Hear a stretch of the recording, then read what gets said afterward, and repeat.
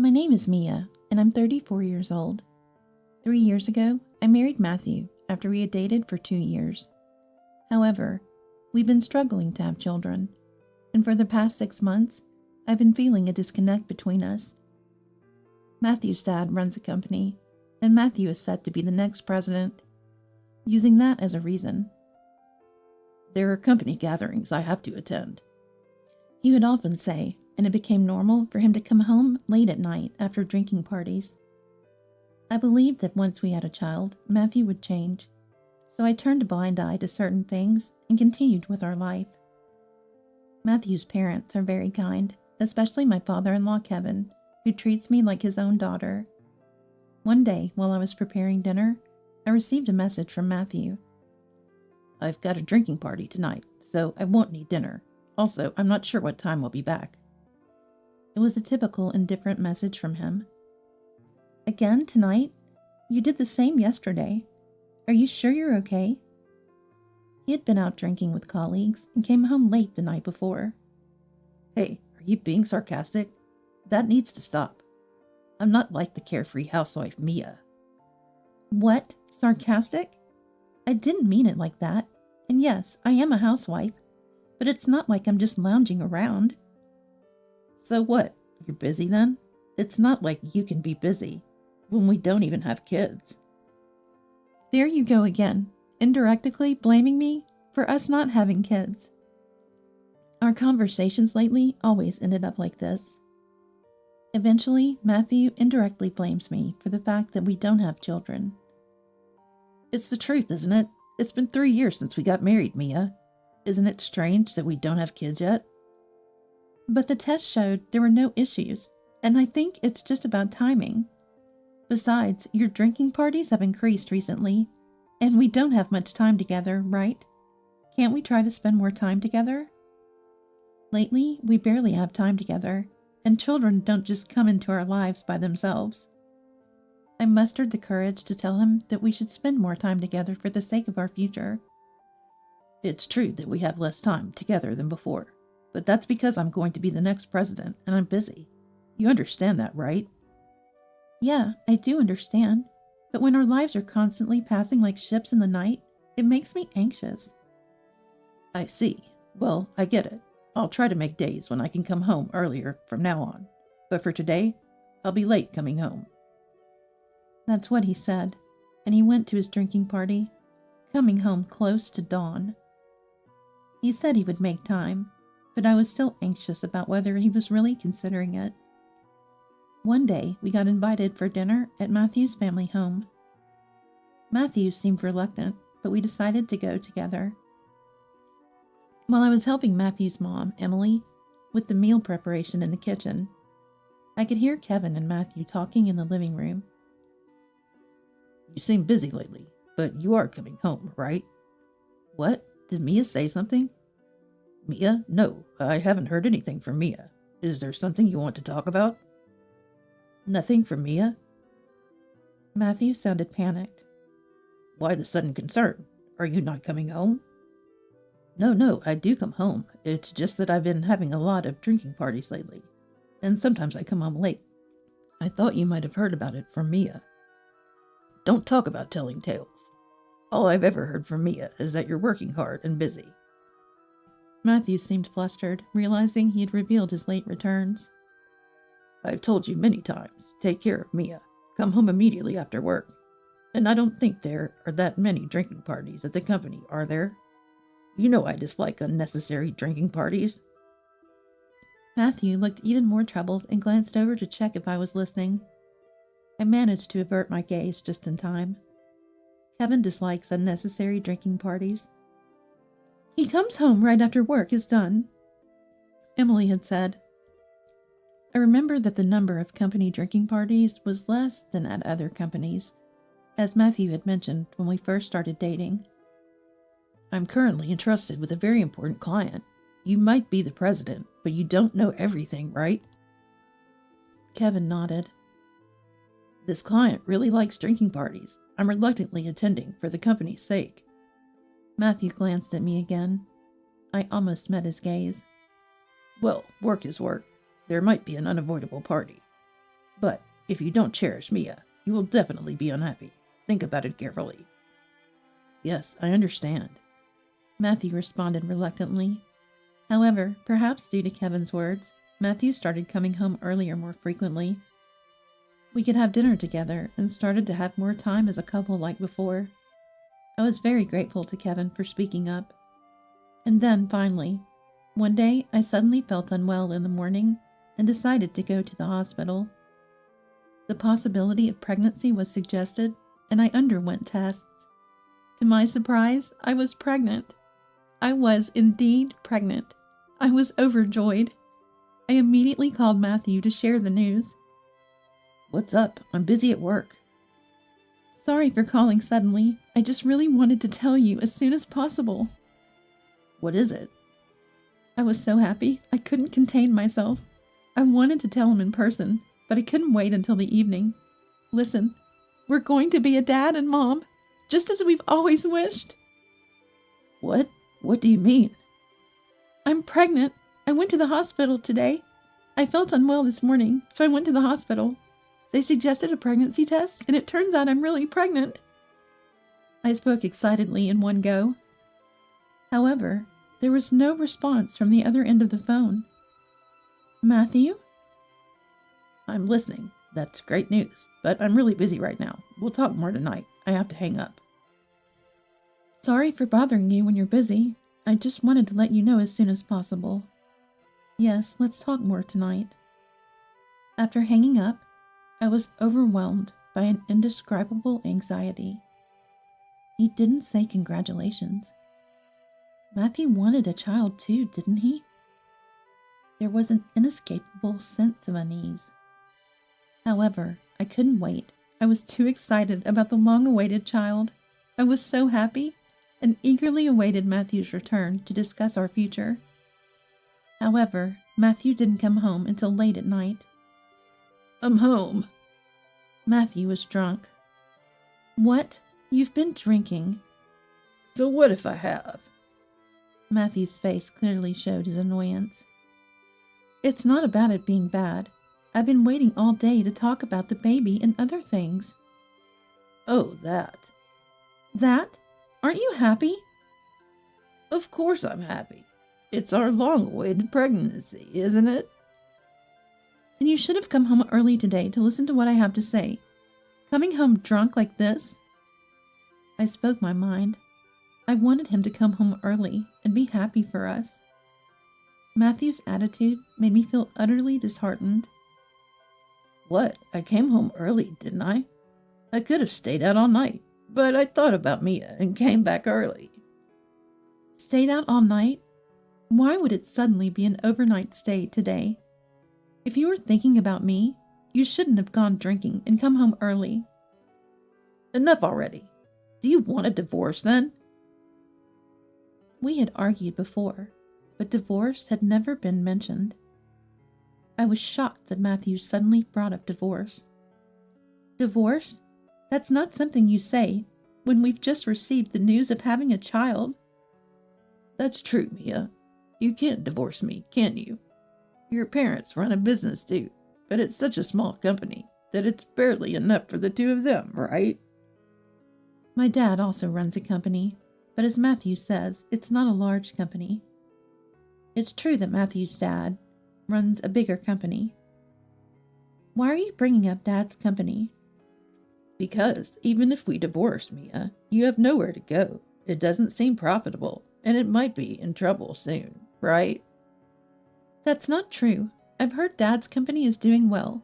And how many times do I have to say it? Dad's company is not the issue right now. Doing well? That company? I was really angry at Matthew's words. Mia, you'd be in trouble if you divorced me. You know that. Do you understand that? So whether I drink or come home late, you can't complain. And don't expect me to rely on for the child. I have work, you know.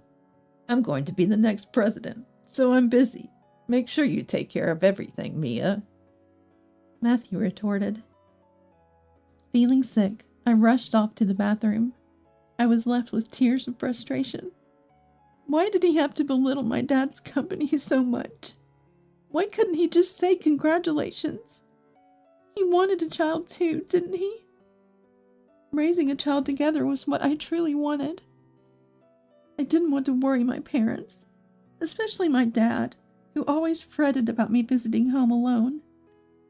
Matthew, always citing work, had never once visited my parents' house with me since we got married. I decided to believe that once the baby was born, he would become more aware and concerned as a father. We pretended to forget the night he came home drunk and carried on. I thought so too, but Matthew's return home got later and later. It was as if we had reverted to the time before the pregnancy. I had hoped to enjoy our time together before the baby's arrival, but instead we were back to barely speaking and him coming home late. Once, Kevin invited us shopping. When I announced my pregnancy, my in-laws were overjoyed. They kept checking on me, concerned about my health. Mia, how are you feeling? When I arrived at the meeting spot, Kevin immediately greeted me. Thank you always. The baby and I are doing well. That's great to hear. We're looking forward to it.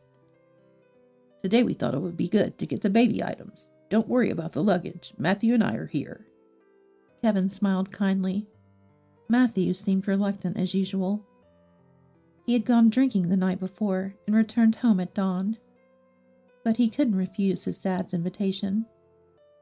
Shopping with the baby in mind was enjoyable, and before I knew it, our cart was full. Initially, Kevin offered to pay, but since he had bought the larger items before, we insisted on paying for these. I took the cart to the register. How much would you like to pay? Without hesitation. By card, please, I replied. Then, an unfamiliar sound echoed. I'm sorry, but it seems this card can't be used. This had never happened before. In a panic, I called Matthew over. I don't know why, but this card isn't working. Could you use your card for now? Without a word, Matthew took out his card and paid. After paying, I asked Matthew, why can't this card be used? Your card was fine just now. Then, an unbelievable response came from Matthew. It's been canceled because we're divorced. Time seemed to stop. I was speechless. After a moment, I managed to respond. Excuse me? You're joking, right? It's no joke. We're divorced. The divorce papers have already been filed. What? I don't remember signing any divorce papers. Don't you remember that big fight we had? You signed the divorce papers. I brought them. Matthew's words jogged my memory. I recalled signing something during a heated argument early in our marriage. We had made up the next day, reflecting on getting carried away. Kevin and Emily just stared at us in shock. Remember now, I've kept it all this time. I can't believe you've kept it all this time. I was on the verge of losing my mind with anger. But it was then that Kevin, who had been stunned into silence, finally spoke. We're finished. Looking closely, I noticed Kevin was shaking. Dad, are you okay? What do you mean we're finished? You really filed those divorce papers? Kevin's face was one of anger. I did. They've been processed. Things haven't been going well between us for a while. Mia got pregnant during that time, but I just can't do it. Love once gone doesn't return. You're trying to sound cool or something. Our baby is about to be born, you know? That's true, but it can't be helped, can it? I don't feel love for you anymore, Mia. I'm sorry to you too, Dad and Mom, but please understand my selfishness. Matthew's words left them speechless and appalled. I felt like my heart was about to burst from shock. I was worried about the impact this stress might have on my pregnancy. I asked Kevin to call me a taxi and decided to go home. Kevin was still pale. Matthew just silently watched me leave. Once home, I couldn't stop crying and didn't know what to do.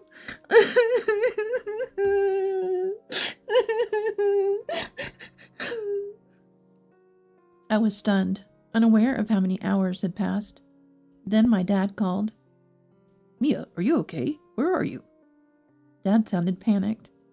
It seemed Kevin had contacted him. I'm coming to pick you up now. Stay there. It's okay. Leave that guy to me. For a moment, I wasn't sure who he meant by that guy, but it must have been Matthew. Dad indeed came to pick me up right away, and I went back to my parents' house. As I spent time with Dad and Mom, I gradually began to regain my strength. At the same time, I realized that being with someone as terrible as Matthew, both for my child and myself, would only lead to unhappiness. I was furious about the divorce papers being filed without my consent, but if the divorce was already finalized, then so be it. My affection for Matthew had vanished to that extent. I didn't want to check whether I had received any messages from Matthew, so I kept my distance from my phone. Knowing this, Dad seemed to be communicating with Matthew's dad. From their exchanges, I learned about the facts that Matthew had been hiding.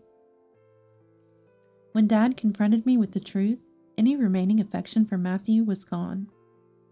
About a half a month after returning home, I finally checked my phone. It was filled with messages and missed calls from Matthew. Noticing that I had seen the messages, he immediately called. I decided to answer the phone boldly. Hello, is this Mia? Finally got through. What do you want? I don't want to talk to you. Don't say that. I was really wrong that time. I was shocked and anxious when I suddenly heard you were pregnant. That's why I did what I did. I regret it now. Matthew started making excuses one after another. I was surprised to hear him say he regretted it. However, I had no intention of starting over. And let's start over. Let's submit a marriage certificate again. Let's raise the child together. Did you break up? Huh? Did you break up with your affair partner? My voice was colder than I expected. Did Dad tell you? I really am sorry. I regret it now. I've broken up with her. Matthew had been cheating since before I got pregnant.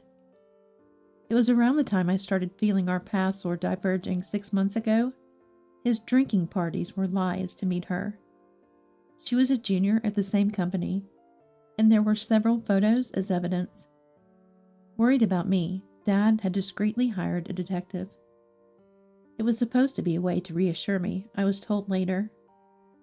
If we get married again, what about your job? You know about that too? I think I can go back to work if I can start over with you, Mia. Please help me. Apparently, Matthew's dad's company was not doing well. Matthew's dad, struggling with finances, had pleaded with my dad.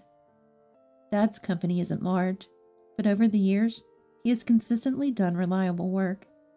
That's why the job was continued without interruptions. Therefore, it had never run out of work and had a solid financial reserve.